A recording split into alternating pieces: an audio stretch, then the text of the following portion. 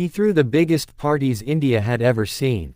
He had private jets, yachts, racehorses, and Formula One teams. He made beer sexy. He flew high, literally. And then, he vanished. Over 9,000 crore rupees in unpaid loans. A country outraged. A government chasing him. And a man still living in a £1,000,000 mansion in London. This is the untold rise and fall of Vijay Mallya, the man who lived like a king and left like a ghost. Before he was the king of good times, he was just Vijay, an ambitious young man born into wealth in 1955. His father, Vijay Mallya, ran the massive United Breweries Group. But when he passed away suddenly, a 28-year-old Vijay Mallya took the throne.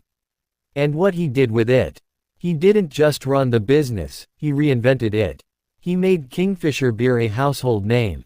With smart branding, international flair, and aggressive expansion, he made alcohol glamorous in India.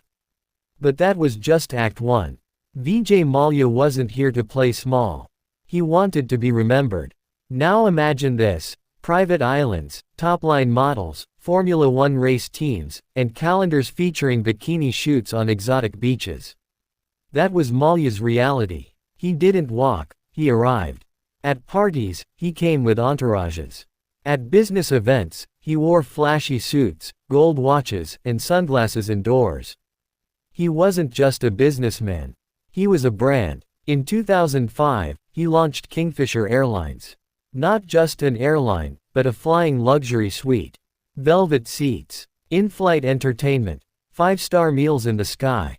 While others were playing it safe, he was burning money to build a flying palace. And for a moment, it seemed like it was working. But what people didn't see was the storm beneath the surface. Running an airline in India isn't easy. Fuel prices were high, taxes even higher. And Kingfisher, for all its luxury, wasn't making money. In 2007, he bought Air Deccan, a low-cost carrier. But the merger confused everything. Luxury and budget, together.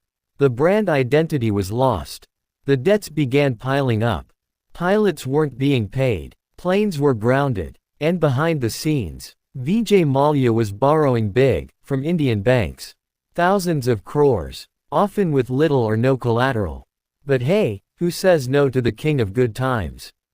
By 2012, the music stopped. Kingfisher Airlines was officially grounded. But that wasn't the worst part. 9,000 crore rupees in unpaid loans. Multiple banks. Angry employees. Public rage. And still, Mallya threw birthday parties that looked like Bollywood film sets.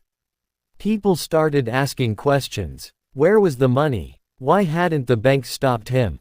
How was this allowed? Then in 2016, he disappeared. Left India. Boarded a flight to London. Never came back. Once in the UK, Mallya acted like nothing happened. Interviews, press statements, legal defenses, he claimed he was being targeted. He said, "I'm not running. I'm just not coming back." Indian agencies fought for extradition. Courts in London reviewed evidence. But loopholes, appeals, and delays kept him free. Meanwhile, Indian banks began seizing his assets. Villas, cars, paintings, even yachts were auctioned off.